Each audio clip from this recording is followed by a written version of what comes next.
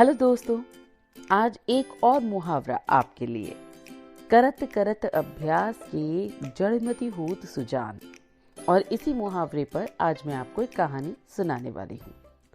एकलव्य एक नीची जाति का बालक था। वो अपने मम्मी पापा के साथ जंगल में रहता था। वो हर रोज चारे की खोज में अपने पिता के साथ जंगल में जाता था। एकलव्य के पिता खंजर से शिकार करते थे। एकलव्य भी खंजर से अभ्यास करने के लिए जंगल में जाते थे। एकलव्य के लिए ये एक बहुत ही मुश्किल काम था। पत्थरों से छोटे छोटे जीवों पर निशाना साधना एकलव्य को बहुत ही आसान काम लगा। एकलव्य गुलेल द्वारा भी पक्षियों पर वार करता था। एक दिन एकलव्य हस्तिनापुर से गुजर रहा था। उसने देखा कि कुछ युवक धनुर्विद्या का अभ्यास कर रहे हैं।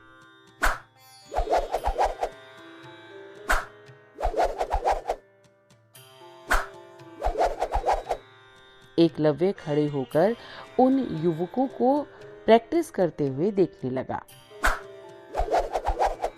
एकलव्य ने सोचा कि अगर मैं धनुर्विद्या में निपुण हो जाऊं तो कितना अच्छा हो। लेकिन समस्या तो ये थी कि उसे धनुर्विद्या सिखाएगा कौन। एकलव्य क्षत्रिय नहीं था, इसीलिए उसे धनुर्विद्या सीखने का कोई अधिकार नहीं था। उस समय धनुर्विद्या और युद्ध कौशल सीखने का अधिकार क्षत्रियों और उच्च जाति के लोगों को ही था। एकलव्य को बहुत दुख हुआ। वो अपनी किस्मत को कोसता हुआ अपने घर आ गया। एकलव्य धनुर्विद्या में निपुणता प्राप्त करना चाहता था। उसकी निशानेबाजी बहुत अच्छी थी।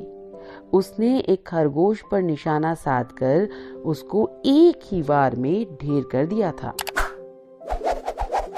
उसने गुलेल के एक ही वार से कबूतर के जोड़ों को भी ढेर कर दिया था। एकलव्य अपने मन में सोचने लगा कि अगर मैं धनुर्विद्या में बहुत ही निपुण हो जाऊं तो मैं हिरन और दूसरे पशु पक्षियों को भी आसानी से अपना शिकार बना सकता हूं।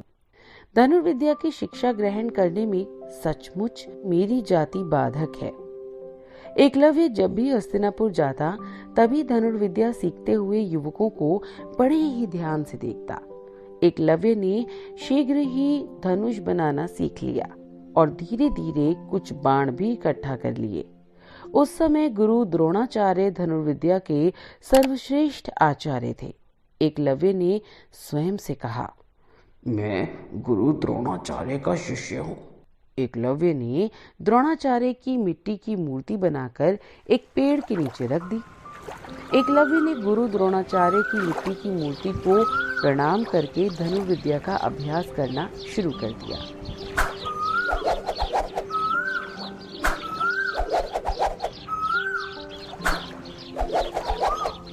धनुर्विद्या सीखना एक बहुत ही कठिन काम था। एकलव्य ने हार नहीं मानी और वो रोज कठिन अभ्यास करने लगा। निरंतर प्रयास करते करते एकलव्य की धनुर्विद्या में काफी सुधार आता चला गया। अपने परिश्रम और प्रयास से एक दिन एकलव्य धनुष विद्या में निपुण हो गया। एकलव्य लक्ष्य पर परछाई देखकर ही निशाना साध लेता था। पशु पक्षियों की आवाज सुनकर ही एकलव्य उन पर बहुत ही सटीक निशाना लगा लेता था। धीरे धीरे एकलव्य अर्जुन के जैसे ही श्रेष्ठ धनुर्धर बन गया। उसने अपनी मेहनत और लगन से ये साबित कर दिया कि करत करत अभ्यास के जड़मति होत सुजान, यानी कि लगातार अभ्यास करने से प्रतिभा निखरती है। तो फ्रेंड्स, इस कहानी से हमें ये शिक्षा मिलती है कि मेहनत, लगन और अभ्यास से मनुष्य किसी भी कला में निपुणता प्राप्त कर सकता है।